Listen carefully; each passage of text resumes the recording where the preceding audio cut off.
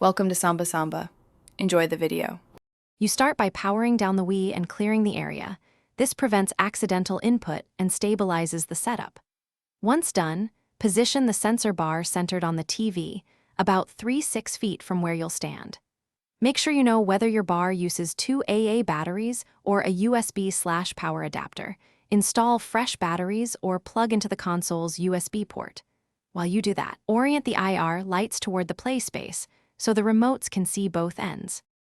Now mount the bar securely using its clip or double-sided tape, keeping it level so the IR dots are horizontal. Uneven placement skews pointer tracking. Next, route the cable to the Wii and plug it into the sensor port or a USB power source, avoiding tight bends. Turn on the console and navigate to Wii menu, then System Settings, then Sensor Bar to select the proper type, wired or wireless. This tells the Wii how to interpret the signal strength and spacing. Finish by calibrating your Wii remote through the Wii settings. You'll confirm pointer alignment and sensitivity so aiming feels natural. If the cursor drifts or jitters, replace batteries, raise or lower the bar a few inches, and eliminate reflective surfaces or bright lights in the room which confuse the IR sensors.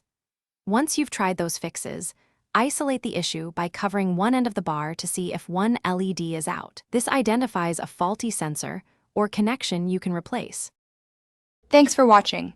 Consider subscribing if we helped you.